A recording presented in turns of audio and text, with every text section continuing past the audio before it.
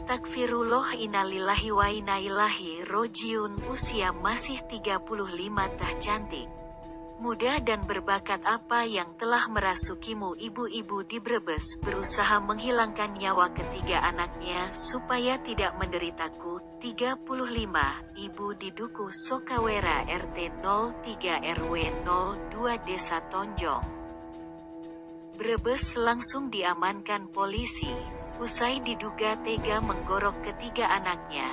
Minggu, 20/3 subuh, ketiga anak korban ditemukan tergeletak di lantai kamar, dengan luka sayatan di lehernya. Terjadi Minggu subuh. Terungkapnya kejadian memilukan itu berawal saat Hamidah yang tak lain bibi pelaku mendengar suara jeritan dari dalam kamar yang ditempati keponakan bersama 3 anak-anaknya. Saat pintu akan dibuka, Hamidah kesulitan karena terkunci dari dalam. Selanjutnya Hamidah berteriak meminta pertolongan. Lalu datanglah Iwan, 47, yang kemudian mendobrak paksa pintu kamar menggunakan palu. Saat itulah keduanya kaget mendapati ketiga anak-anakku tergeletak di lantai kamar.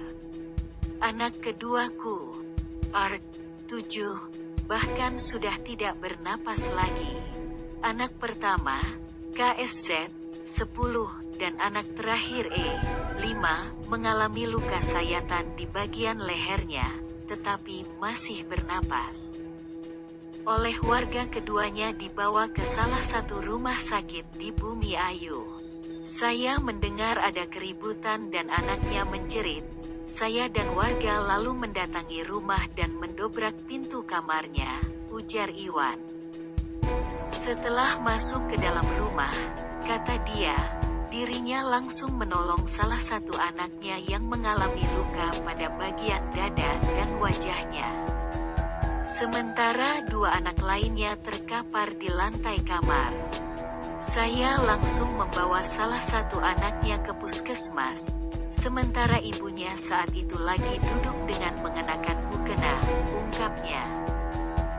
Terpisah, Kapolsek Tonjong AKPM Yusuf membenarkan terkait kejadian tersebut. Saat ini pihaknya telah memasang garis polisi di tempat kejadian perkara. Alasan sang ibu beredar video yang direkam petugas yang menahanku. Berdasarkan dialogku dengan petugas, terungkap alasanku menggorok leher anaknya. Minta air hangat, Pak. Saya haus, kataku ke petugas. Saya enggak gila, Pak, ujar Kanti sambil melotot. Dari kecil saya sudah dikurung, kataku. Dengan sabar, petugas mendengarkan curhatan Kanti. Dikurung sama siapa? Tanya petugas. Semuanya, ibu saya, jawabnya. Ibu namanya siapa? Petugas lanjut bertanya. Kanti Utami, tetapi saya mau ganti nama. Mutmainah, cantik kan? Katanya. Ku bersikeras tidak mengalami gangguan jiwa. Saya enggak gila, Pak. Saya hanya ingin disayang, katanya pada petugas. Dia mengaku ingin disayang suaminya. Kanti mengaku sedih karena suaminya sering menganggur karena kontrak kerjanya tak diperpanjang.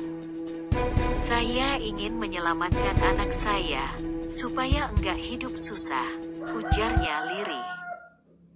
Sambil menangis Kanti bercerita bahwa dia bingung akan tinggal di mana kalau suaminya kehilangan pekerjaan. Sebelum saya mati, saya ingin menyelamatkan anak-anak, kata Kanti. Namun ketika ditanya bagaimana cara menyelamatkan buah hatinya, jawaban Kanti mencengangkan. Harus mati, supaya enggak sedih, biar enggak sakit kayak saya, tuturnya.